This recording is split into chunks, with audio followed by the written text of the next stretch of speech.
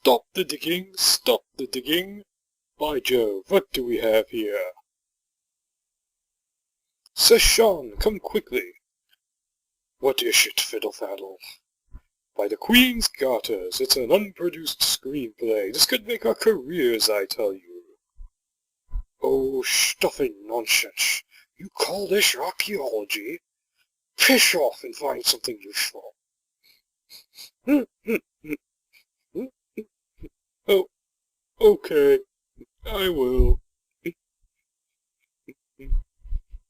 Fucking amateurs. Maybe I'll take this to those podcast assholes. Maybe they'll find a use for it. Alright, hello everyone, and welcome to the second episode of the Screenplay Archaeology podcast, where we look at unproduced screenplays and early drafts of completed films. I'm your host, Pyramid Head. I'm TheRazorSlash, your resident web slinger. And I'm ShadowPred.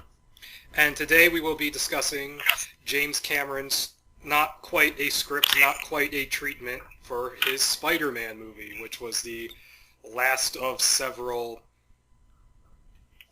treatments that were passed around throughout the 80s. That's like way more complicated than even I thought it was. But yeah, we're going to be discussing the one Cameron wrote, post-Terminator 2. So yeah, let's get started. We don't really need a summary of Spider-Man because everyone knows Spider-Man. He gets, bitten by a radioactive or genetic what's-it spider and gets superpowers, and then Uncle Ben dies and then becomes a hero, blah, blah, blah. So yeah, let's Come on, man. People might not have seen the movie. Just spoil it for everyone. Uncle Ben dies? Fuck, man. I didn't know that. Hell, I didn't even think he was going to die in this script. He was so irrelevant to every damn thing. I'm going to be honest, I don't even remember him being in this he's script. in it. He's barely in it, and his death scene it's played almost exactly the same as the death scene from the first Raimi Spider-Man. Well, a lot of this is actually went into the Sam Raimi way more Spider-Man. than I was expecting. Yeah. Like, even just little tiny details were that. But all right, let's. I guess we'll start off by giving our overall thoughts on Spider-Man as a character and how we feel about him.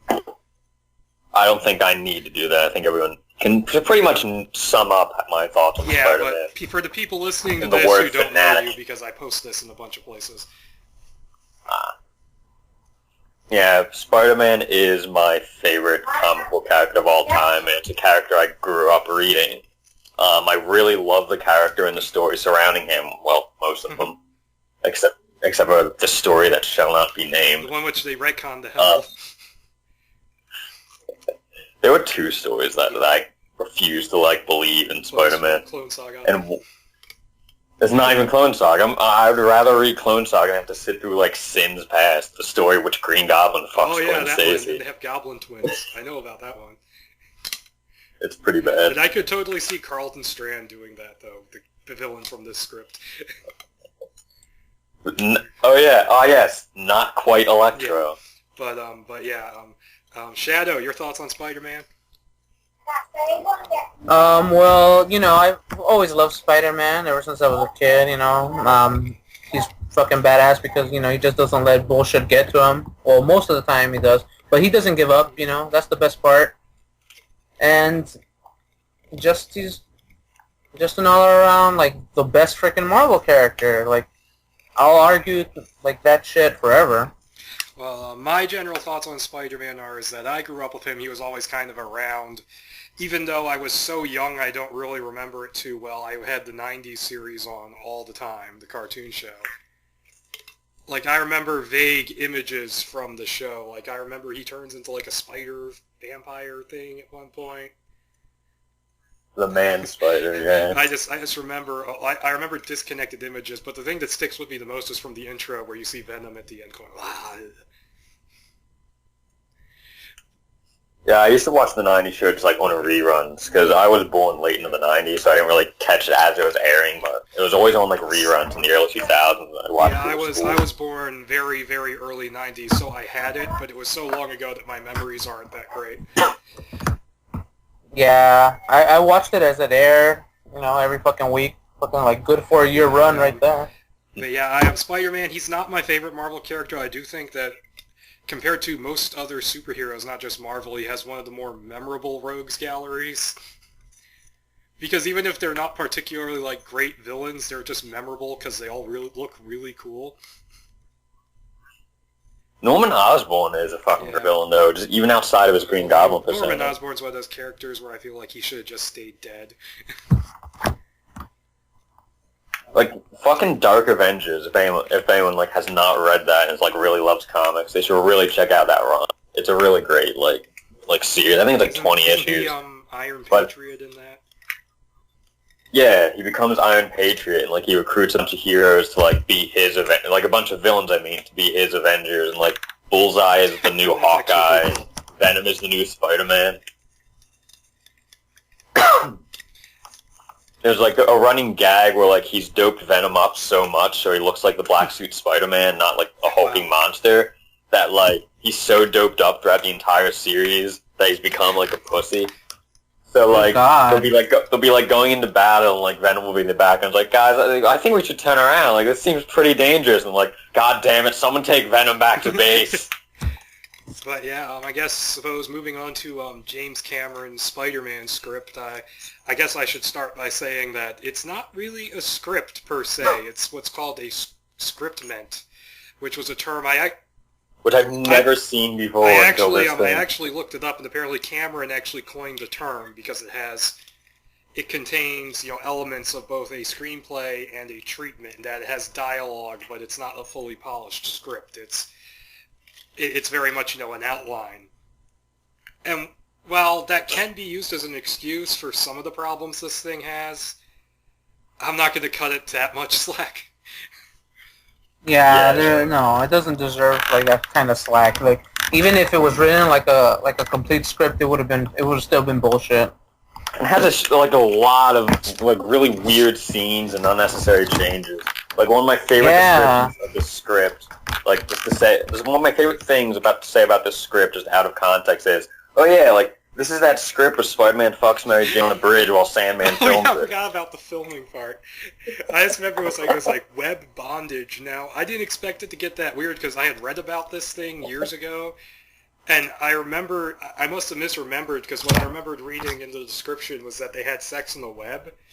But no, he literally just uses his super strong webbing to create a bondage scenario, and he doesn't even take the mask off. Oh. Didn't take anything off. Right through the suit. But yeah, we can talk about the whole Mary Jane thing in more detail later. I feel like we should point out before we go any further that there were different versions of the script, and the one we are talking about, I'm assuming we're all talking about, is the one that includes just Electro and Sandman. There is apparently another version of this script floating around that also included Doc Ock, but I have not read and I haven't ever tracked down. That one was one of the canon scripts, which they wrote it, they had a director attached, and then they lost shitloads of money on Superman 4 and Masters of the Universe. So they slashed the budget, the director left because he didn't want to compromise it, and then they kept rewriting it to accommodate the lower budget to the point where the script was just terrible. And then somehow, like, a draft of that version ended up with Cameron's name on it, but then he threw it out and wrote this. And apparently the original version they wrote wasn't too bad, but because of Canon's bullshit, it never got made. Yeah, the two things I specifically remember hearing about the Dr. Octopus script was that, one, Doc Ock continuously said he was the true Spider-Man for some reason. Pathetic. Well, yeah, like there'd be like Spider-Man would be fighting him, and Doc Ock would be like, "No, I'm Spider-Man, not you." And the other thing I specifically remember was the actor they apparently had in mind for Doc Ock was Arnold Schwarzenegger. Mr. Freeze several years early. I would pay to see that. I think we all would. I really do. Arnold is one of the only things about Batman and Robin that I can even vaguely tolerate, because at least he's funny. I always joke that, like, all they did was just, they just got sick of Arnold's shit, so, like, they just let him do whatever he wanted. Like, he just kept making puns that wasn't in the script. Wouldn't surprise me. But yeah, one thing overall about this script that I just felt was that it seemed to be like it tried to be like multiple kinds of movies. Like, it tries to be a standard kind of superhero story. It tries to be, a coming-of-age story. It tries to be like Cronenbergian body horror, for fuck's sake. And it never balances out. And every time I was like, it seemed like the craziness was kind of ending and it was just getting to kind of decent-ish typical superhero stuff. Something fucking weird would happen and would throw me off. So I was constantly frustrated with this thing. Yeah, everything like felt completely like nothing that I would expect from Spider-Man or like from a Spider-Man script. Like most of the time it felt like a fucking cartoon. And then sometimes it would just like go into this weird, creepy, like kind of direction, like with the whole Spider-Man bullshit about him like stalking people or like looking at being a peeping Tom with Mary Jane. It's just creepy. Like in this script, he's literally like a modern day neckbeard. Yes. That's what he is. Like it's creepy. It's like just like Funny you should mention it being a cartoon actually, because I remember reading this. The reason Sandman and Electro didn't show up in the 90s cartoon, well, Electro eventually did, but that was like very late to it, was because they had this script in mind, and they didn't want to introduce characters that already appeared in the show or something. So they were pulling a WB on the CW before that was even a thing. Basically. Can't use this character, boom, blow him up. Yeah, I don't know if this was actually intentionally supposed to tie into the 90s show, but I know that was why they probably Sandman didn't want it to show up. conflict. They didn't want to confuse people with two different versions of the characters. That's obviously nowadays they stopped giving a fuck about that. Nah, not really. Fucking DC doesn't. That annoys me. And like, and going back to the creep factor, like the reason that I said neckbeard shit is because of that fucking dream that he has, where he's like, oh, Mary Jane's like in a burning building, I'll save her, and the only reason that he does it is so like in his fantasy she can kiss him at the end. I'm like, what the fuck? That's like a dream a 12-year-old would have, for fuck's sake. Yeah, it's and fucking creepy. And speaking of just creepy and unlikable, one of the things that just kept pissing me off in the first 13 pages of the script, because I was Skyping you, Shadow, when I was reading this thing, and I was telling you that I kept having to stop reading it because I kept finding Peter Parker to be the most unlikable douchebag imaginable, because Cameron describes Peter Parker as being a stuck-up little prick. Oh, don't forget, he also explicitly describes him as a virgin. Like, not that we needed to know that. Not that really. Yeah. Speaking of was really creepy, Carlton Strand, the villain in this script. There's that. He's introduced by because he for all intents and purposes he's Electro in this script, and he's introduced by this woman in like a skin tight like rubber suit that is in his room. I want you. Yeah, like he like feels her up, and then he's like, I don't want rubber, I want you, and she's like, Strand, no, and he touches her, and she like dies immediately. He brings her back. And he brings her back by unzipping the wetsuit and then fingering her. My favorite like part of this script that was not supposed to be funny was after he kills her, his immediate reaction in the script is just shit. Period. Like that's my favorite part.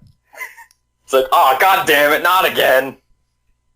The dumbest thing about his introduction is like when he's looking at the TVs, freaking Peter at this point in the script, he's like fucking. Well, what is he doing? He's doing public access TV show shit at 3 a.m. Okay, like this is like stupid bullcrap TV. I've seen my fair share of 3 a.m. like TV crap. Like it's so dumb. Nobody should pay attention to these things.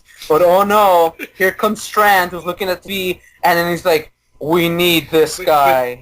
Like, what the fuck? Like, who does that? He's like a really fucked up Nick Fury, but like he just recruits the weirdest people. Like he has Bozo the Clown in the back too. Yeah, it's so dumb. He's like, I don't understand. He's doing this at 3 a.m. on a no-name public access channel, like a fucking maniac, where they're showing this guy called Spiderman, who's a complete fucking crazy person, and then he goes, I need you to find out everything about this Spider-Man. What? Why? He doesn't even send like a skilled like assassin or agent. He sends a fucking goon named Boyd, and that's the extent of his name. But one thing that was You know how he could tell that Spider-Man was real and not bullshitting? It's because he could feel it through the electrical pulses, even though that's not how data works, but whatever. Is that really how? That's not how it anything happened? works. And Oh, how God. he makes all his money by stealing pennies upon pennies by tracing them through the electric, so he's running the same scam as the guys from Office Space. Wait, Yes, is that how that he got is. all his money? Because, like, He the way I traces- thought it, like, I didn't mention... They didn't mention he would, like, go to, like, board meetings and, like, you like, hear them through the walls because of, like, the speakers that or whatever was in the part- room. So That it was always part knew. of it, but he also can trace data by reading the electrical signals, and that's how he made himself super rich. And he's made himself even more rich by siphoning like tiny amounts off of bank accounts all over the world. Holy shit! I had no idea he was doing that. I thought he was just like accessing like electrical information and then just using that to like manipulate the stock Yeah, he exchange was or doing- something. That's That's how what he I was says. thinking. He doesn't bring Wait, that up this until is- the very end, where he just has a random pile of money in the World Trade Center. Oh, yeah, I was just kind of done with this movie shit by the end of the script, so I wasn't really paying much attention. That money was to like bribe Spidey though. He's like, "Here's all your cash. Oh now god, join I hated me." that whole money thing, because it's like, oh, Carlton Strand is the bad guy because he's super rich, and Spider-Man's constantly throwing away money because that's what good guys do. It really felt like James Cameron, because this was right after he hit his mega success with Terminator 2. It felt like James Cameron was saying, like, no, I'm still hip, I'm still against the man, money is bad. Yeah, and then like every fucking time that Sandman would be like fucking talked about, it'd be straight up the T-1000 just being described Yep. like over and over It's the again. scene where he like pulls himself back together from all the little bits of sand. It's described exactly like how the T-1000 did that shit at the end of T2. To be fair, seeing a Sandman that works like the T-1000 Yeah, would be it fucking would. cool, though. And I will say this, Sandman's origin here made way more sense than the Sam Raimi Sandman origin. Oh god, yeah. I'm not yeah. sure why there was sand in the maintenance tunnel underneath a science lab, but it still makes more sense than, oh, he just gets pulled apart and goes back together. And I just like, I don't know if you ever seen the, like, How It Should Have Ended Spider-Man I 3 haven't. video. But, like, there's a bit where they're making fun of that, where, like, he falls into the pit, and they're all like, they're doing that scene where they're like, oh, there's a change of mass. Hey, it's probably just a bird, it'll fly out. Then another scientist walks up and goes, you know what? Why don't you check to make sure it's a bird before you sand the crap out of something? And they're like, alright, fine. He goes, oh, that's a big bird down there. Kinda looks like a guy. Wait a minute, that is a guy! And it's an immediate cut to the cops taking Flint Marker out in cuffs.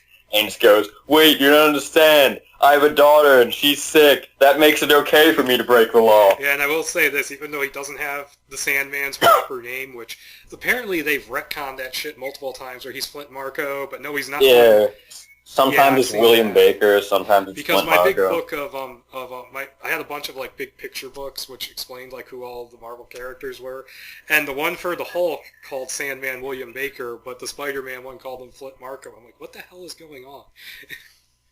I think his birth name was William Baker, but he either legally changed it to Flint Marko, or Flint Marko was just the alias he used on the streets. Well, It was yeah, one of even those though two. he doesn't share his name, he's not really that far off from comic book Sandman.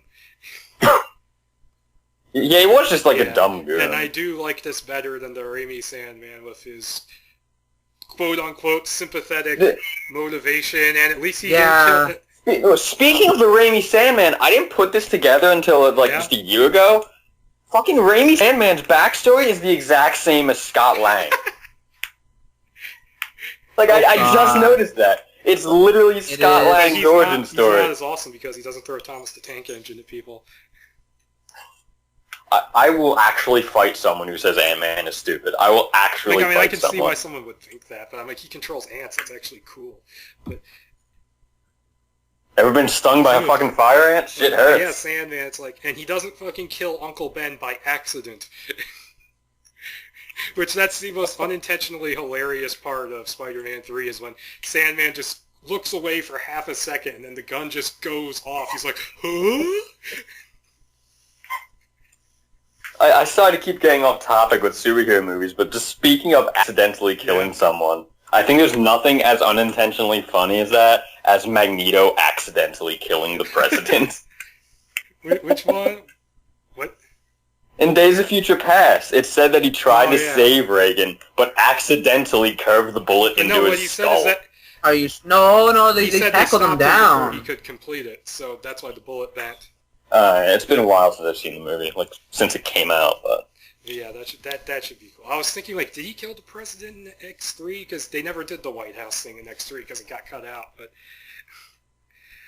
yeah, this script. Speaking of accidental death, Electro's death in this script, like, at least Spider-Man does try to save him, but then he smacks into the side of the tower. And I will say this: that last action sequence with Sandman and Electro sounded really cool. Yeah, it did. But it's one of the few It was redeeming really qualities. incredibly uncomfortable to read, though, because of the fucking World Trade Center stuff. Which isn't Cameron's fault at all, but it's still kind of like, It's just a hindsight and all the glasses thing. flying around, and they keep crashing into the windows.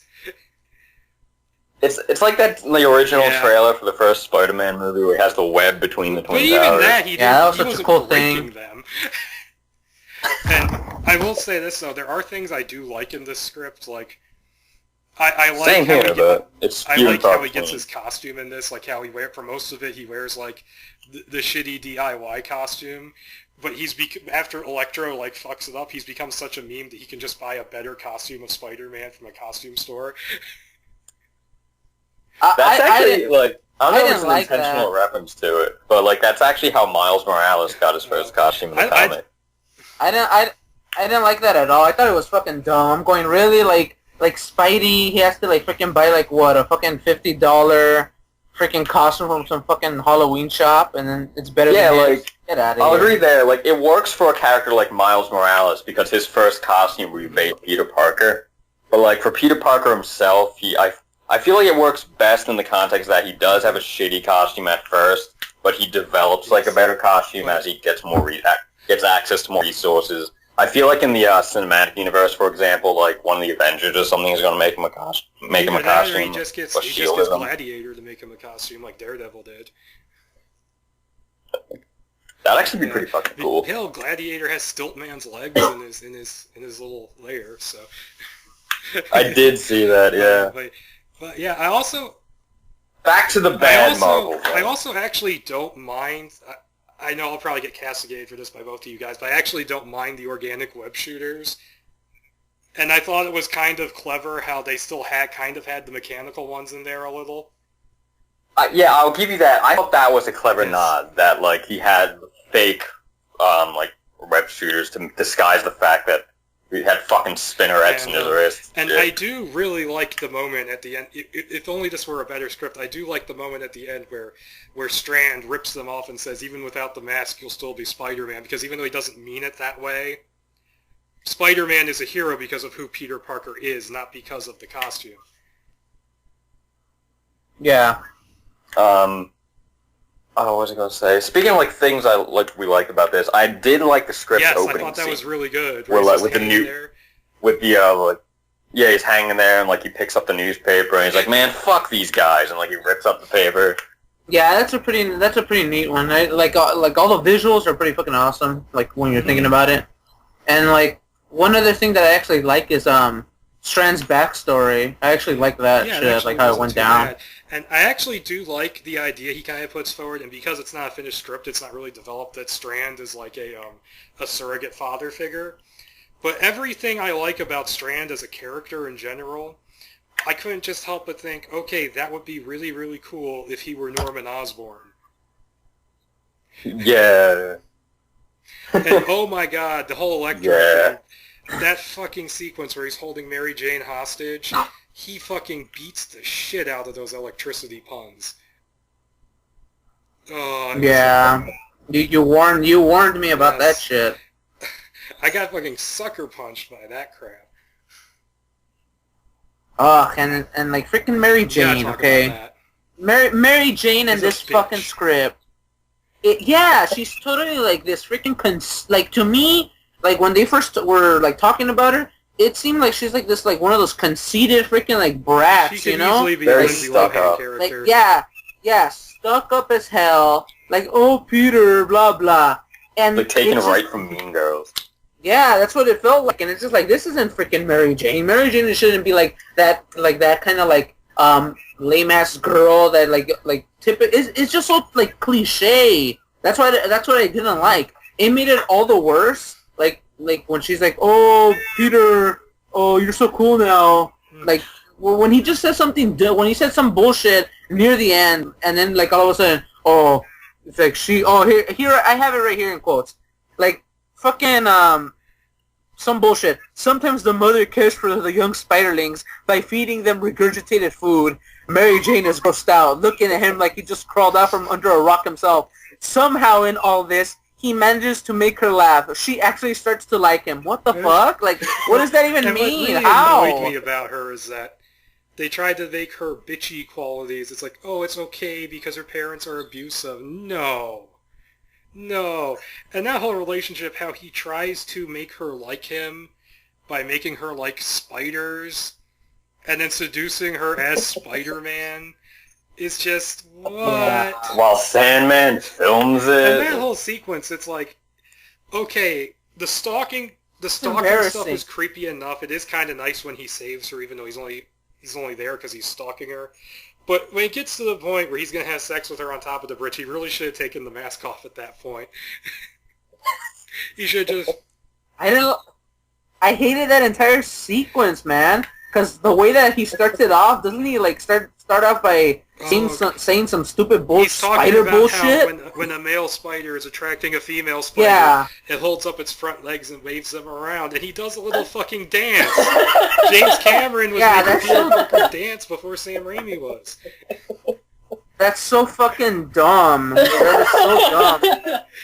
And then like I even have it on my notes. I put the bit with Spidey bringing MJ on top of the building and then discussing the mating shit with spiders is pretty fucked. And I don't know where this part is even from, but this is like Mary Jane says, "I love you," and then Spider-Man just goes, "Cool." Really? I think that was the end when he has his confrontation with Flash and then beats him too hard at the end. It's like the guy's a dude, and also Flash's name is completely wrong.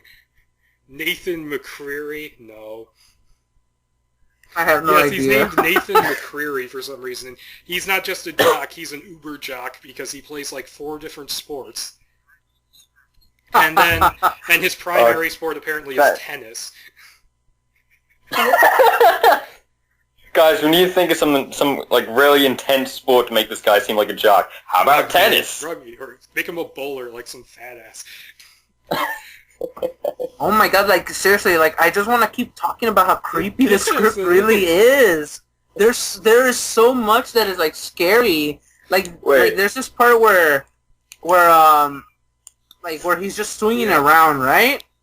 And I think it's at night. He's just swinging around and he's like doing all this shit, and then like he still has time to stop and look at what Cameron describes as like a beautiful woman working out, like out of nowhere. Like he just stops mid-swing and he's just staring at some chick just working out. Really?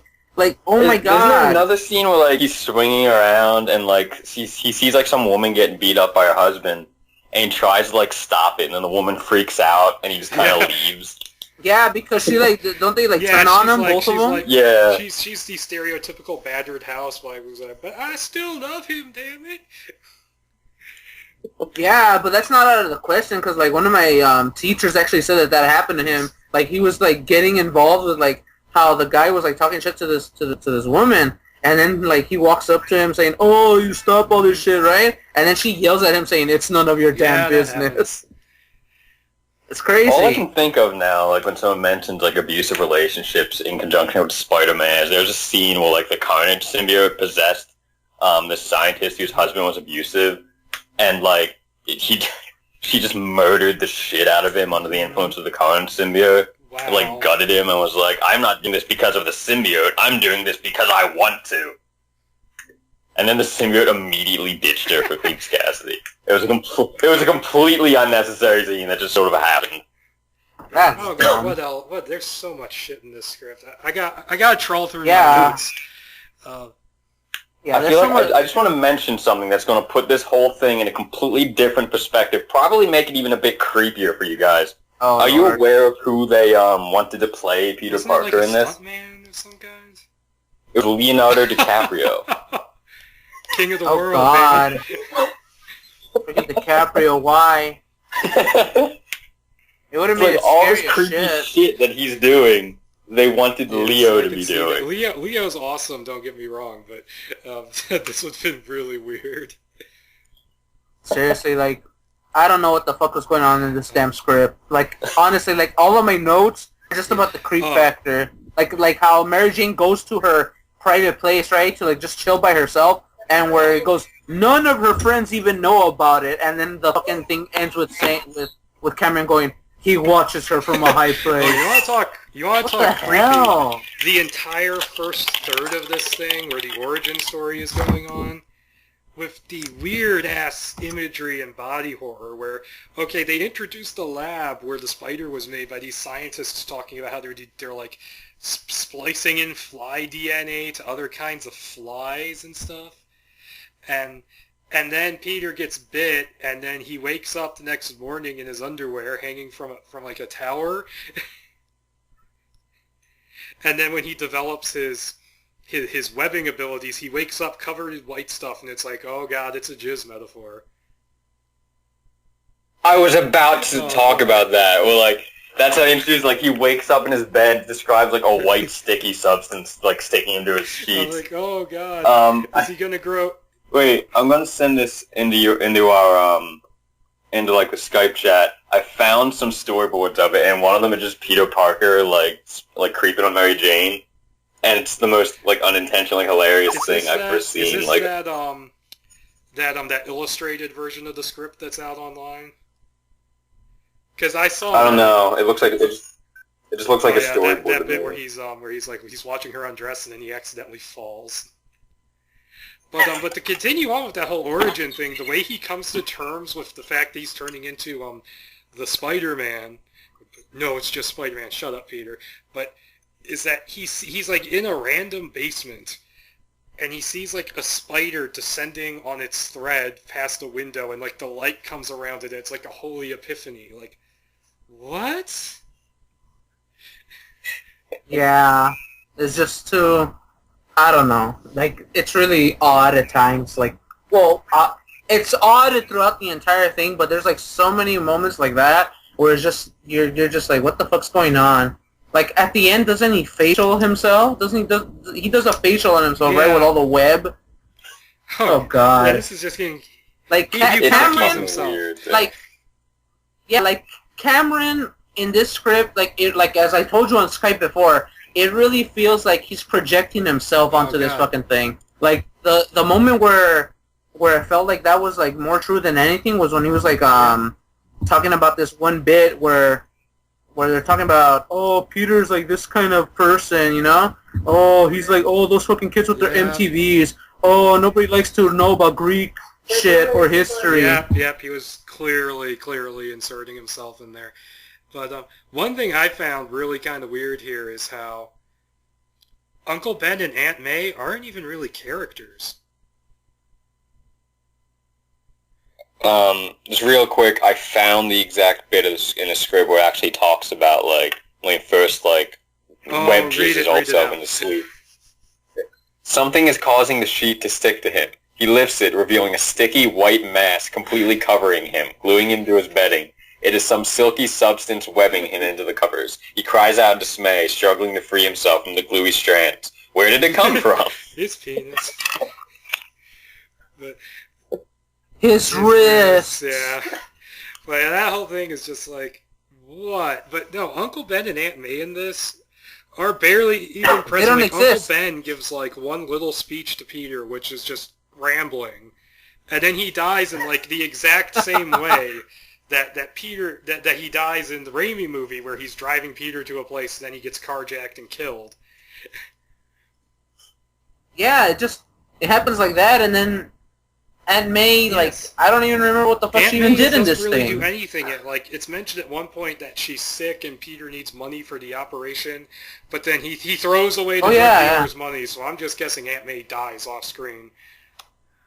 Oh god. Or she gets brought back for her spin-off movie.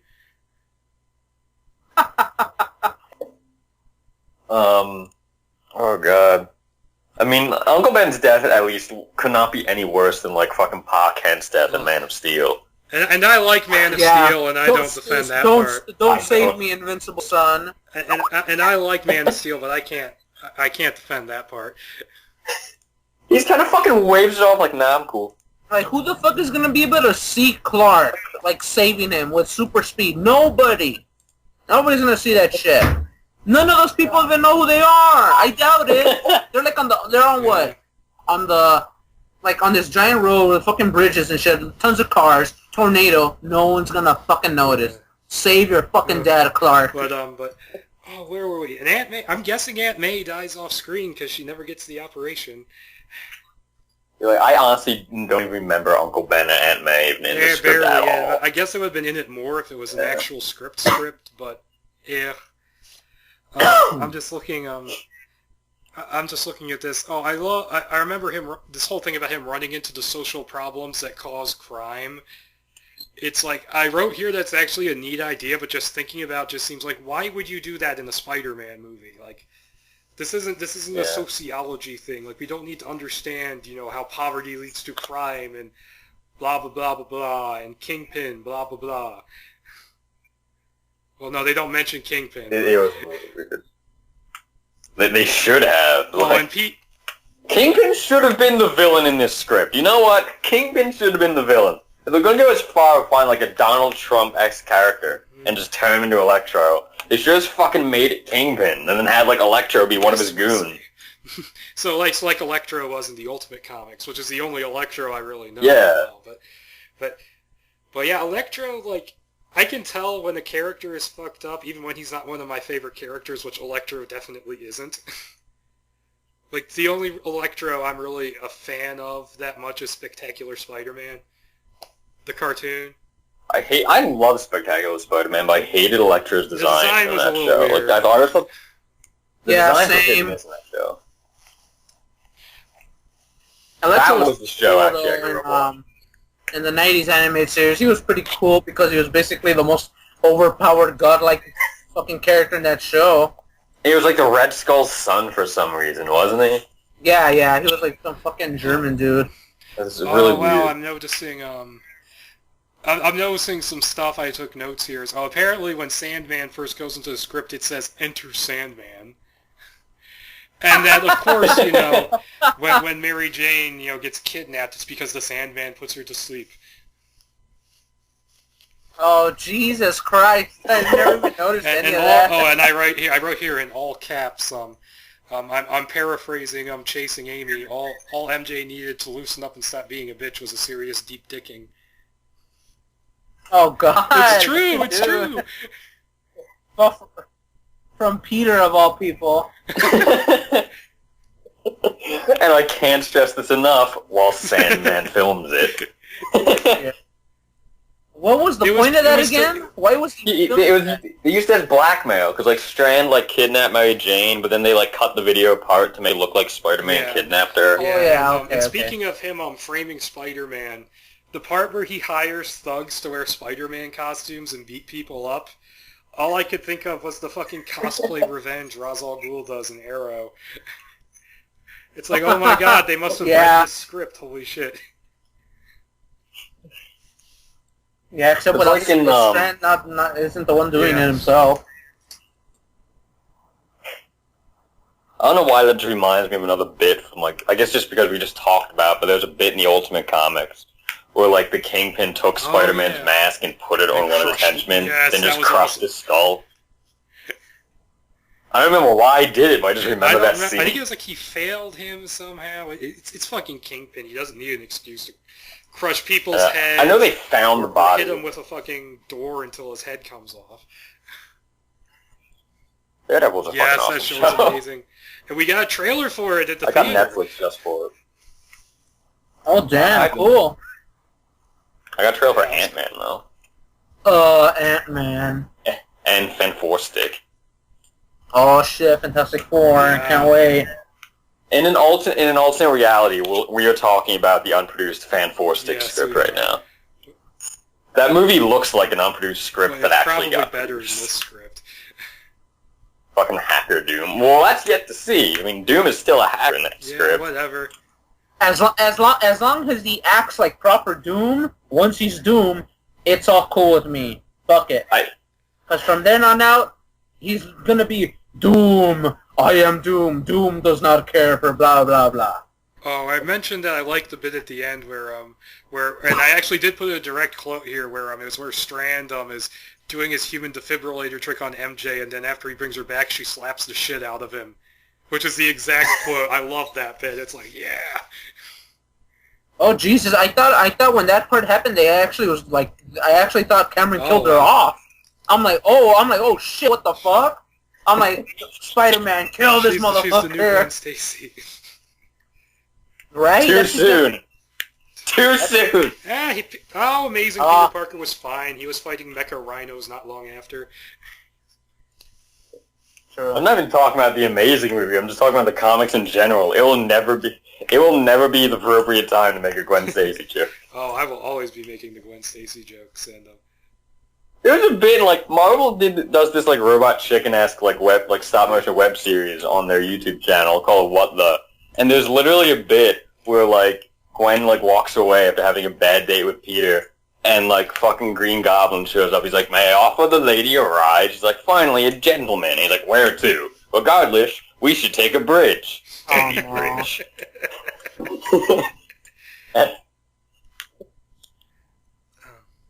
That's pretty God. fucked. and then there's Cordelia gets brought into the script to be Elektra's woman, and then he just fridges her, kills her. Yeah, for it no was fucking another reason. frame up thing. It's a really fucking odd script. It's like, it just does so many things wrong, or just like there's so many things in just like weird ways. I remember them describing the spinnerets in like a really weird way. First of all, they called them They're like spinnerets. little nubs on his wrists. Yeah. I remember, like, for some reason, the way they described him, I imagined them as, like, little nuts, like, sticking out of his fucking wrists that just shot webs. It was a really weird Directly from the description. nuts. Yeah, the whole script just like God damn it! the whole script just really is just like, it's just so bad. Like when I'm thinking about how this would look as a movie, to me it feels like I would be so uncomfortable just watching it, because it would be one of those movies where you're like, when's a good part gonna come on? You know, when are the characters gonna act like not fucking total dickheads? When is this not gonna feel like a terrible fucking 90s movie? This is pretty par for the course for 90s movies. Although way more adult. Yeah, I don't know what they were they were It's even like trying to do Cameron with tries this to do script. so many things. Like, he tries to do social commentary. It doesn't work. He tries to do Cronenbergian body horror. He tries to do basic superhero action. He has freaking gritty crime drama in there. Like, the whole way, like, Spider-Man becomes an outcast is, like the cops, something to do with, like, he has to beat up a couple cops, and then Jameson rolls with it. And Jameson runs a TV station in this, by the way. That's not a it's bad not. change. I'll play devil's He advocate runs and a say Tumblr that. blog Like, in Amazing Spider-Man 2, so why not? no, he doesn't run it. He's just on it. Like, everyone on his fucking everyone on the staff has access to the Daily Beagle Tumblr blog, and he just sort of occasionally makes posts, and it's like, Spider-Man menace, and then it's like the whole post, and then everyone else will like directly reply to him and be like, you fucking idiot. One thing that's actually not too bad here, and this is probably just because I'm a geography guy and I love maps, but I like how Strand figures out that Spider-Man is from Queens by statistically pointing out all his appearances on a map. Yeah, I always like shit like that, where they just go, I figured you out like this. I always like map stuff like that. Because, it makes sense that he would be swinging from that he would spend more time around Queens and he would occasionally branch out to other places. And they'd be able to figure him out like that. I'm surprised that's never actually been approached before. Because no villain's ever been smart enough to do that. Yeah. Except for Strand. The smartest Marvel villain ever. Which deeply depresses me. Smartest villain in a Spider-Man movie, at least. That still Yes, deeply it is, 'cause depresses me. Doc Ock was not that smart. How did Doc Ock take a fucking punch to the face from Spider-Man? Like, Spidey, he didn't go full strength. well, he pulls his punches, like, for everyone, but, like, still, like, he just kind of took everything. Like, he could have at least punched him just to knock him out. And one thing which I found that was just really weird with this script is that so much of it, like we mentioned before, like, so many tiny little things end up echoing into Raimi's first Spider-Man movie. Like the basic, the whole idea of him where after he first gets bitten, where he starts kind of having spider-ish nightmares. It's not as weird as it is here, but it is in Raimi's film, and in Raimi's film they actually spliced in a few seconds of footage from the Beyond. Yeah, the most notable one is the organic web shooters, which made in the way. Mary Jane is the girl next door. Well, she's not next door, but it's the basic idea with the abusive dad. She's not nearly as much of a bitch in the first movie. She's a bitch in the second movie, but not in the first one. Yeah, the second movie was just on, like, FX earlier today, and I remember, like, watching it, like, we're supposed to feel happy for Peter when she just ditches that wedding. Well, like, that's just a fucking dick move. And she's a fucking bitch to him the entire movie. Like, oh, Peter, you missed one single showing of my play, even though there's more than one. And Harry went to 2, because he's Harry, and he's James Franco, and he's dreamy. And he has money. And he dances the twist with me, Peter. You never want to do the twist. You want to do your stupid emo dance. He kidnaps me because he loves me, Peter. Why don't you kidnap me because Everybody you love me? loves Mary Jane. That's why they kidnap her. And, I'll give Sandman this script one thing. He doesn't randomly turn into giant sand Shrek at the end. But, oh god, what was I going to say? But yeah, there's a lot of things, like the way, Peter, because he goes to get the money and the robbery happens and Uncle Ben gets carjacked and killed that way. That's exactly the way it is in the Raimi movie. But it almost makes you wonder if, like, the script Raimi used was, like, some sort of, like, version of this script. Actually, I think it was, because what happened, the reason why this didn't get made is because Carolco, who was the company who bankrolled T2, Cameron asked them to get the Spider-Man rights from Canon, but there was this whole snafu after Canon got sold, and there was a huge rights battle, and then Carolco went under because I guess making $1 zillion on T2 doesn't make you bankrupt-proof. And so Sony actually acquired this script meant as part of, the legal shit that went down. So I'm guessing David Coep read it and then used bits of it.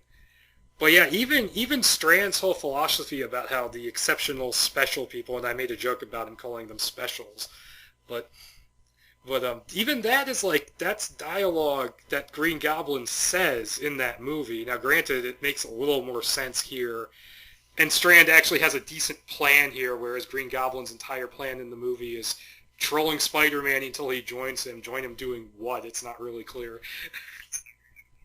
He wants to turn even more people into skeletons. Because all Green Goblin really does after the halfway point of that movie is just troll the shit out of Spider-Man. But yeah, it's really... The Sam Raimi Spider-Man movie was weird, like, when you get to think about it. Like, there's that weird scene where he just made Aunt May finish the prayer. Yeah, what did he actually do to her there? Like, he... I was about to say, I'm pretty sure he made her finish the prayer, laughed maniacally, and then just kind of left. My work here is done. Make you think something really horrible happened. All he really did was blow a hole in the wall. I mean, and she's like all traumatized. I mean, he didn't rape you or anything. Oh God, if he did. Well, to be fair, if I was minding my own business in bed and a fucking green Power Ranger with a goblin mask burst through the window and was like, "Finish your prayer," and then he kind of left, I wouldn't sleep for a good month. But I wouldn't be hospitalized. That's fucking I wouldn't crazy. Be hospitalized over it. Dude, she's an old lady. Fucking heart failure shit. True, it happens. It's still kind of funny that he doesn't actually do anything. I'm an old lady at heart. It would affect me the same way. And, he's not he's particularly scary looking because she's going, the eyes. He's a fucking Power Ranger in that movie. He would have been even goofier if they went with the original mask they wanted. Nah, if they would have gone with the original shit, it would have been the best fucking movie ever made. The problem with the Green Goblin is, It's just so hard to translate him to the screen because of the way his costume works. They made a good effort with Amazing Spider-Man 2, even if they gave him troll doll hair for no reason. He should have had a hood in that movie. He really should have had a hood. And I don't know. I don't even know how the fuck they could ever make Green Goblin work on screen.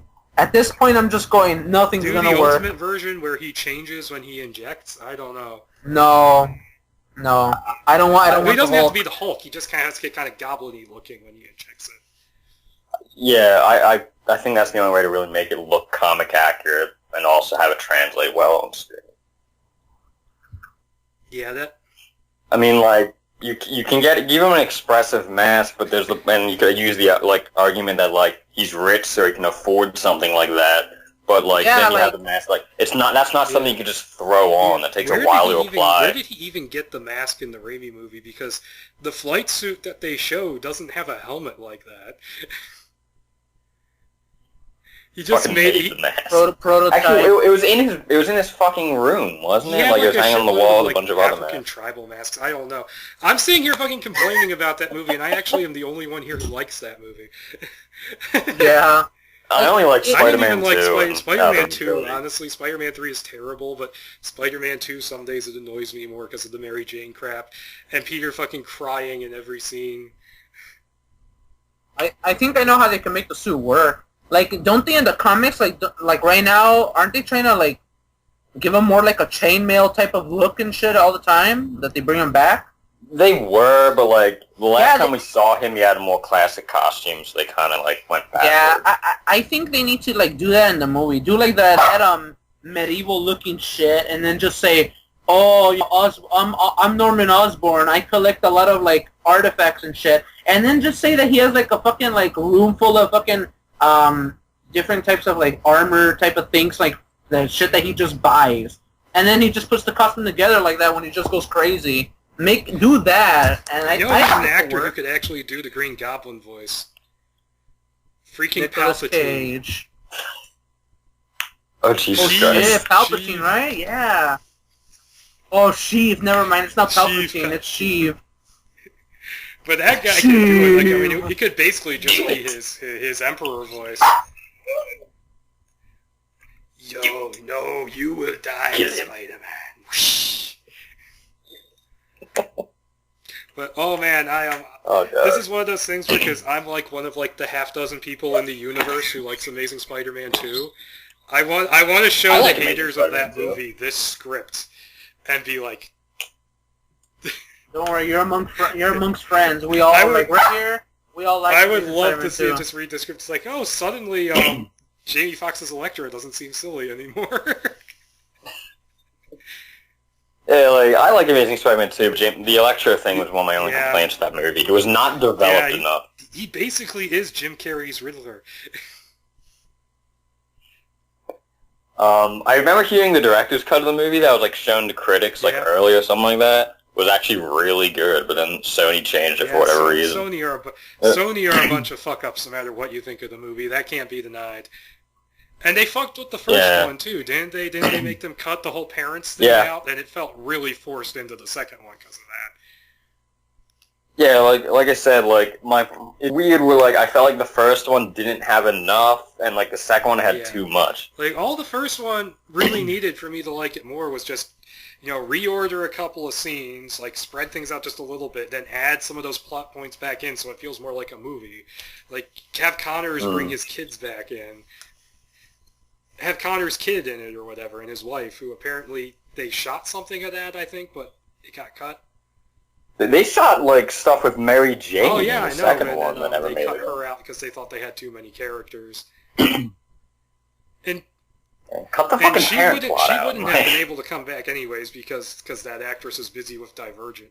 But I'm being completely honest here. Everyone gave them Sony shit because of Shailene Woodley being cast as Mary Jane. I think she would have been a good Mary Jane. Yeah, there was too many fucking pricks, and she's too ugly, and this. I'm like, get out. I'm like, get out of here. You freaking try hard, freaking no name basement dwelling pieces of crap. Yeah, Jesus Christ. And I've seen her naked, and yep, she qualifies. right? She looks like the Yeah, ultimate she Mary does. Jane. I love Ultimate Mary Jane. Ultimate. Oh, I love Ultimate in general. I'm not a big fan of the Ultimates because they're all every single. Well, I one mean, of I was them- referring exclusively Ultimate Spider-Man when I said Spider-Man, Ultimate. but Yeah. I thought you meant the Ultimate brand. Fucking Ultimates are like they're all assholes except for Bruce Banner. Yeah. The Ultimate universe is very mixed, and I just read the Ultimates the other night actually, and the one thing that threw me off was the fact that Hulk keeps talking about how horny he is. Yeah, I was thinking about that. I was actually thinking this is a tangent, but I was actually thinking about that because I was thinking about how in the Incredible Hulk movie, how he can't have sex because it will turn him into the Hulk, but. I'm pretty sure in the comics, doesn't he have like 15,000 different Hulks inside his subconscious? So wouldn't like horny in the mood Bruce Banner turn into horny Hulk? Yeah, with his cousin. Oh yeah, the porn star only Hulk can fuck. God, I that's the comment. Like I forget who made that comment. Goyer who knows God, nothing. Oh, I Blade. That guy Blade. disappoints me so much because I know he's capable of good stuff, but then he churns out shit like Blade Trinity, and it's like, fucking hell, man. That is the same deal for me with the guy who wrote Watchmen. I always want to say it's Frank Miller, but I don't know what. Wrote the comic. Alan Moore. Yeah, because he wrote Watchmen, then he kind of went completely off the wall nuts. He wrote a lot of great stuff after Everyone Watchmen. goes He insane. wrote From Hell, which is amazing. I love the first two League of Extraordinary Gentlemen comics. Then I talked up Shadow about this over Skype, how he did Black Dossier, which is the biggest waste of fucking time I have ever read. And now he basically just writes porn. He wrote like some of like most gruesome like comics, and then goes to say like, yeah, comics are for kids. Like, what the fuck? Like, is like he being replaced? Like, should we be worried? Frank Miller also lost his shit, but that's a good. I stand by the notion that Frank Miller was Yeah, always but he used to be crazy and, in like, a good way. Like, it worked for him. Like, I just fucking read Dark Knight Returns, and that comic, I finally got, like, the visceral, this is amazing thing that everyone else did from it this time around. I'm more concerned right now about when we're gonna see Grant Morrison go insane. That's what I'm worried about. Speaking of Frank Miller and Batman, like, have you guys ever read All-Star Batman? I know what happens Robin? in some of it. I know he hasn't finished it yet. Oh shit! I don't think you're ever going to finish it. I haven't read it, but I've read enough about it on iMockery, and also I've seen a bunch of I've seen all of the Top the Fourth Wall videos on it. That's where I get it from. Yeah. Holy Christ! Just holy Christ! What the fuck? Oh, this at first I think wasn't it it's in the same universe as the Dark Knight Returns, but this is the past. And then fucking Wonder Woman, get out of here, sperm bank. She says to this one guy with her fucking curly hair, which I still don't understand. Doesn't he fuck Laurel Lance on the dock, or I mean Dinah Lance? Yeah. Batman bangs her because I don't know. They keep the costume on while they do. Watchmen. Yeah, and like Peter Parker. Yeah, and isn't she Irish or something? Oh in the yeah, comic? she is. She works in an Irish bar. Why? She works in an Irish Hooters bar, and the Black Canary costume is just the outfit. And one of the dumbest things is when where Plastic Man is part of the Justice League. Why is he in that comic anyway? He did that in Dark Knight Strikes Again, where he crowbarred in every fucking hero into it. Yeah, that's the whole reason why he's even in an All-Star, because because of that connection. But it shouldn't matter. Why? Yeah. And Frank Miller tends to write Superman like shit. Even in Dark Knight Returns, I understand why he's like that in the story, but I don't like government shill Superman. But James Cameron went fucking nuts on this script. He went very nuts, and the weirdest part is it's written he's proud of it. And I think he was actually proud of it at the time. But it didn't happen because Karolko went under and all the weird rights issues, and so he did True Lies instead, which thank God, because I love True Lies. It's weird to think that we could have gotten this instead of the Sam Raimi movies, and if you actually think about the implications of it, if this had happened, if this had happened, it would have been a bomb. The superhero boom that we have now. It would have been a bomb, like, immediately. Like, Marvel might have taken a hit, but, like, the character himself definitely would have taken a hit. Marvel would have been way too hesitant to, like, start using him again because of the connection to this movie. Yeah. It's like the same thing, like, I'm pretty sure, like, didn't DC, like, ease off of Batman after, like, the Joel Schumacher movies? I wouldn't know. I know Warner Brothers kept taking pitches for Batman movies, like, pitch after pitch after pitch after that movie. Yeah, like, it would have just been so long before, like, the public would have seen him, like, in the public eye, and, like, we probably, like, we wouldn't have gotten, like, any of the Sony movies, of course, but, like, I would rate to say we wouldn't even have gotten the, Marvel I'll say Cinematic that Universe because movie that's coming out. The whole reason we had this huge superhero boom was, Blade started it, and X-Men kind of continued it, but what really, proved that these things could be huge money-making hits was that first Spider-Man movie. So without that, we wouldn't have all this shit we have now, so I'm thankful we have the Raimi movies. I think, like, if this had happened, like, in, like, some weird, bizarre universe where this had happened, I feel like the Marvel Cinematic Universe might have mostly stayed the same, but, like I said, like, there were, like, nobody would have been in any rush to get Spider-Man into it. Sony. Like, people would have always looked... no Sony deal. People always would have looked at Spider-Man. Yeah, like, people always would have looked at Spider-Man as, like, this creepy stalker guy who, like, fucks people on top of bridges. Goddamn, I wish that Sony deal had happened sooner, because how awesome would it have been to have had J. Jonah Jameson as Ben Urich's editor in Daredevil? Just introduce him in a completely different context. Great. That would have been amazing. Oh, let's not spoil. No, I'm not going to spoil that part, but that's not. I mean, there is like a plot point where they start wondering if that editor is corrupt, and I'm like, how fucking cool would that have been if it was J. Jonah Jameson? That would have been great. That would have been crazy, man. I would have cried. Now with the all I would have needed is, like, just at the very end of, like, Daredevil, like, you're seeing, like, a new publisher, and, like, as we're, like, talking about, like, we're like, Daredevil's hitting the news, like, it's just like a shot of, like, all these different news outlets trying to get the story on Daredevil, and, like, one of them, it just pans over and J.K. Simmons is like, Parker, give me pictures of Daredevil! Yes, no one else should play him. But hey, he could be in the Jessica Jones series eventually, because now that they have the rights to all the Spider-Man characters, they can adapt the Pulse for, like, the second season of that, where she works for the Daily Bugle.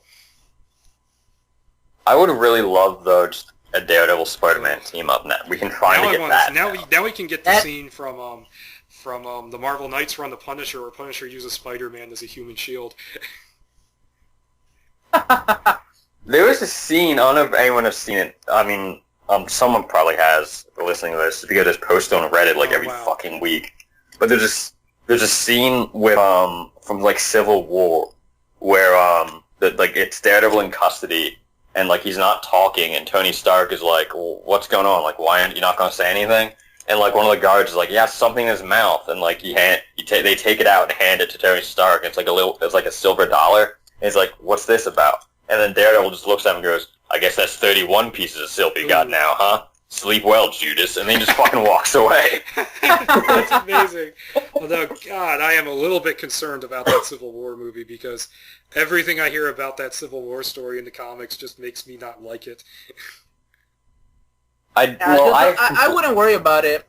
To me, it doesn't seem like they're going to, like, copy exactly everything. Age of Ultron. You don't need fucking God, Age of Ultron. Yeah, you don't need, like, a group, like an entire fucking school of kids being blown up just for Civil War to start. And, like, I'm going to get into Age of Ultron in a second, but I just want to talk about Civil War. I don't think it's as bad as people say it is. It just has a really shitty ending. It has an awful ending, but I don't think it's as bad as people say it is. The one thing I dislike about it is how they intentionally go about to make the pro registration the bad guys. Because, like, the idea they propose is actually an interesting idea, and if they had done it right, it could have been really good. Didn't they keep the mutants out of it, too? Yeah, but they're so bad. They kept the mutants out of it, which is a stupid idea because they're always dealing with registration. Mm-hmm. Which, fuck me, I'm glad the mutants are in the cinematic universe, because that would just complicate the shit out of it. I forget who told me, but I don't know if it was you, Razor, or if it was Hal. But I remember, like, in Skype, like, somebody told me, oh, there's, like, this, like, Reddit comment that was going around saying that after the Secret Wars, the new Secret Wars, storyline, that apparently the X-Men are going to be split off into their own separate universe. And to me, it makes sense because I'm going, you know, at this point, it doesn't make sense for the X-Men to still even be in the Marvel universe. I mean, you can't be having like, oh, like people talking shit, oh, muties, but then like on the other hand going, oh, yay, Fantastic Four, yay, Spider-Man, yay, all these other people with powers and shit. Felt. And goddamn, I don't want to reboot because I love Hugh Jackman as Wolverine. Oh. It's gonna happen, dude. Like I said, it's either X-23 is gonna come in to replace him, or they're gonna scrap her and just go with a younger clone version of a male Wolverine. Scott Eastwood, like people have been saying, because he's in Suicide Squad. Speaking of Wolverine, though, in Age of Ultron, that fucking comic, I thought it was decent until the time travel bullshit. I'm like, it's going to be interesting to see how, like, they take down Ultron after he's won. And then, like, we got to go back in time. It's like, oh boy, here we go. And of all people they choose to send back in time, they fucking send Wolverine back in time. And he murders Hank Pym, and is like, that's it, I saved the world. And he goes back to the future, and guess fucking what? Hank Pym got murdered, so all the Avengers are fucked up, and the world is still pretty fucking bad. So Wolverine goes back in time again to kill Wolverine to stop him from killing Hank Pym. It's just like... That was the most convoluted fucking thing ever. And so it made no sense. I don't know why the fuck it would matter if Hank Pym died. Like, the whole freaking comic made it seem as if Hank Pym is the most important motherfucker in the universe. And, without him, Tony Stark's some fucking, like, magical evil. Like, I don't know what was going on. When Wolverine went back into the future, all of a sudden it was the Avengers, and they were, like, kind of, like, all fucked up versus, like, this magical mystic shit that was going on. Like, and Ultron wasn't... Morgan Le Fay was, like, the ruler of the world for some reason. Yeah, Morgan Le Fay, okay. What the fuck? Lost. And, like, Ultron wasn't even seen for, like, how many issues after that? I don't think he was seen. He was, like, in the first 3 issues. They didn't show up again till, like, the end. There was, like, a 10-issue like, I was going, what the fuck is this? This isn't Ultron. Why the fuck do I care about Morgan Le Fay being, like, mystical shit? Oh, I'm ruling Earth or whatever. And Avengers, we have to stop her because Not blah, only blah. am I completely lost now, but this is just really sad to hear because I love Brian Michael Bendis as a writer, but... Ugh. Yeah, Kira. If you were to read this, you would hate it because it just goes in a completely different direction before it comes back around, and it's still sucks. I mean, I really liked what I've read of Ultimate Spider-Man, and I just read the whole run of Alias, and that was fucking great. But what the hell? Just speaking of it, if anyone wants like a good like Ultron story, Marvel just put out the graphic novel The Rage of Ultron. That's actually really good. Yeah, that's good. I like that one. I also liked so far what they've done with this 3-part story called Ultron Forever. I thought it's all right. I think that the second part came out and that kind of dropped it off a bit, and it unfortunately looks like they're doing the whole Age of Ultron like villain like fake out they did again, only now it's with Doom. Oh yeah, like I forgot to keep reading that. What's going on with Doom though? Because in the first issue they made it seem like, oh, I know who you are, Doom, or some bullshit, but he doesn't say. Like, there's something going on with Doom. Like, what's up with that right now? What's going on? They didn't reveal who it was yet, but like they did reveal he's still an evil prick, pretty much. Like his whole plan. Like, it was this really weird scene. First of all, because like. Spoilers if anyone cares, but like the Hulk gets decapitated in the first issue. But like, first of all, like, because I'm assuming you haven't read it, Ultron Forever is about like different Avengers from different points in time get transported to the future, where Ultron is taken over completely. Sake, how many times are they gonna do that same basic story? Fucking Age of Apocalypse, it's a future where he rules. Days of Future Past, the Sentinels rule the future. Now it's fucking Ultron ruling the future. Stop it, Marvel. That's the only way to do alternate universes, man. And Age of Ultron was supposed to stop that, wasn't it? In a way, oh, Yeah. if we do more time travel shit, the entire universe is gonna collapse. And then Galactus went to the Ultimate Universe, and that's why Angela from Spawn got transported to Marvel. And then she goes, I'm also Thor's sister Isn't she a or Guardians something. of the Galaxy character now? Oh, I fuck, think keep her out of the movies. Yeah, but so is Venom, so nobody really knows Please, like what's James going on with the Gunn, Guardians of the don't put her Galaxy. in the movies, please. Yeah, Venom's I in doubt Guardians he of the will. Galaxy, and now he's like this fucking mechanical armored up dude. Venom, I'm like, which why? Venom is it? Looks Is it Flash really Thompson weird. Venom? Okay, that makes a little more Flash sense Thompson than what is I was still- thinking, but... Well, now that we're back on the Spider-Man character...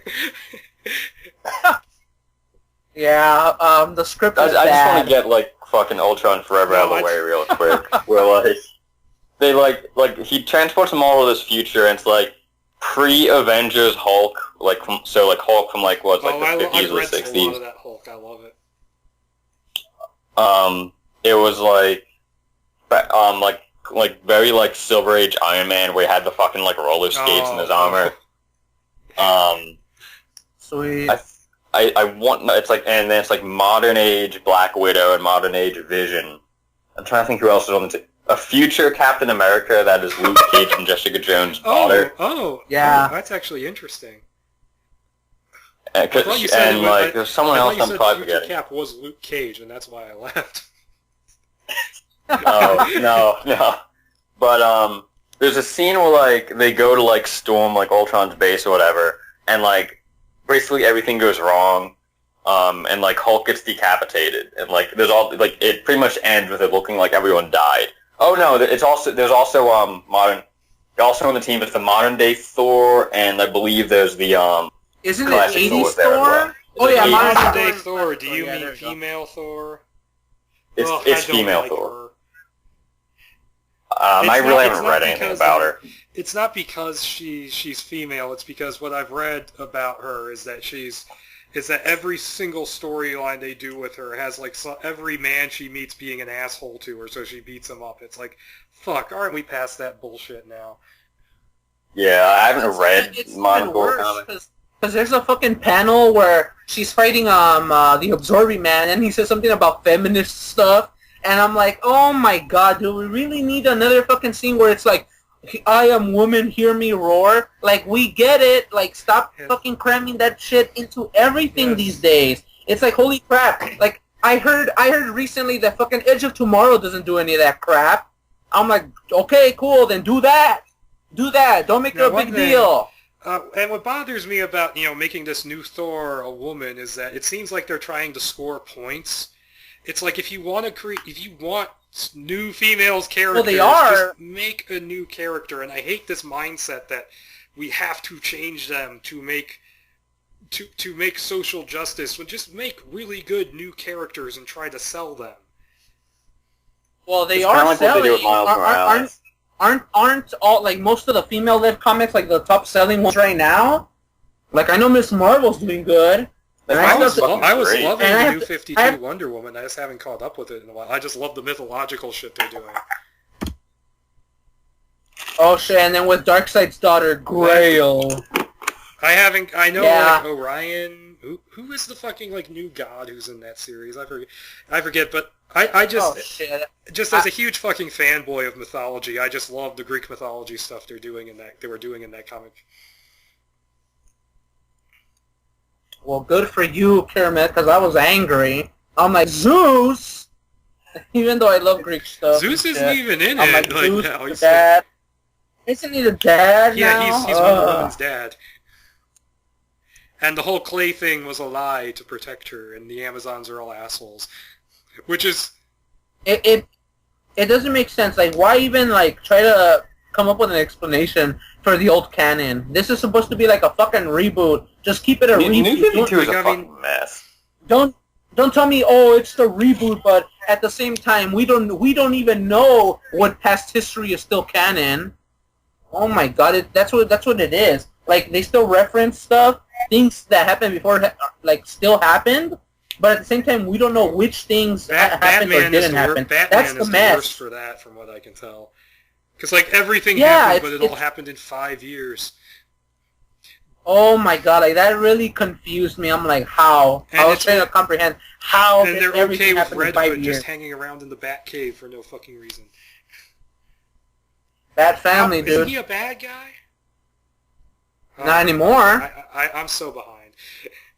But yeah, I guess we could, since we're talking about so much other shit, I guess we should conclude. Yeah. Closing thoughts. Cameron's script is terrible. He should have stayed away from the cocaine he bought with his T2 money. This was before he was king of the world. Great.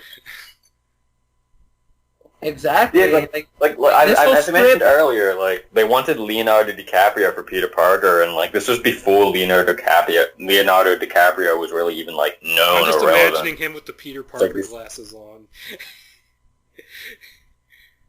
I can't even see that, man. Oh, now I'm imagining him because I read a review of this script on IO9, which was it dated back to. It came out because Avatar was coming out, and someone in the comments described the sex scene as being, because the point where he takes off his mask to kiss her, he wrote like a bit of fake dialogue saying, "Don't look at me, baby, even while I come inside of you."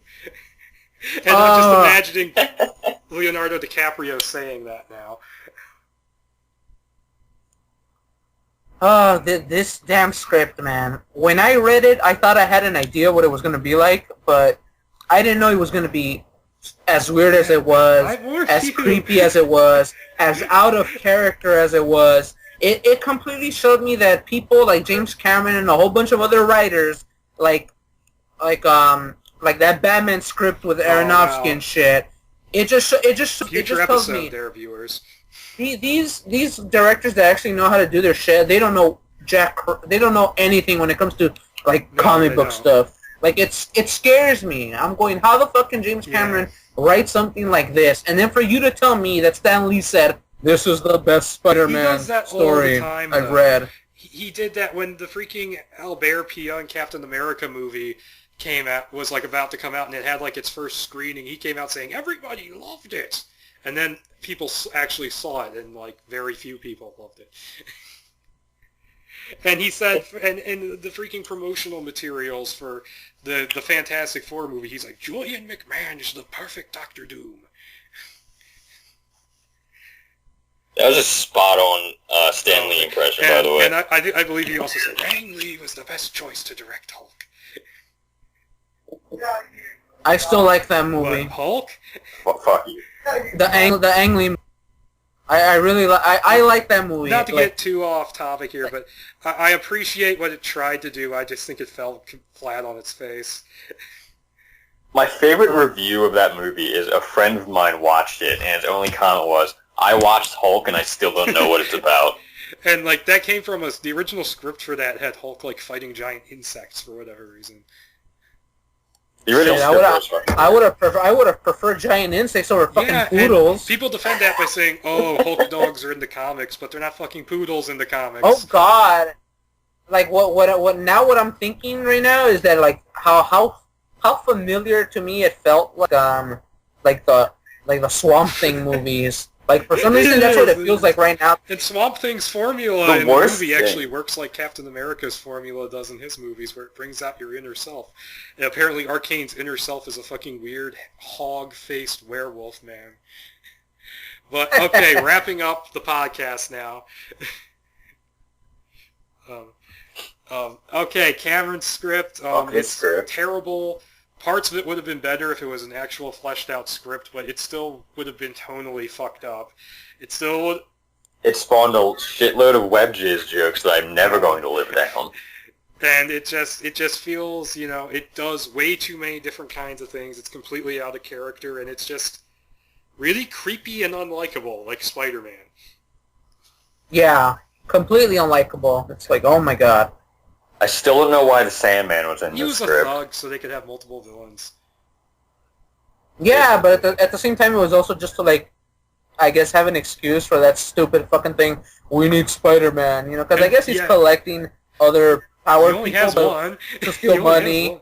To steal money. Has one. And it's a team. Yeah, right? I guess he's not looking at enough, like, 3 a.m. public access channels. Maybe that's where he found Sandman. I'm just imagining, like, fucking Carlton Strand is like sitting in a room, and there's like a shitload of TVs like all around him, like Batcave levels of TVs, and they're all playing public access channels, and it's like, yes, this will do nicely. It would have made more sense if Strand was actually Tombstone. Oh. That way we could have had Sandman as one of the baddies. We could have had fucking, like, what's his name? Is his name Hammerhead? I keep forgetting.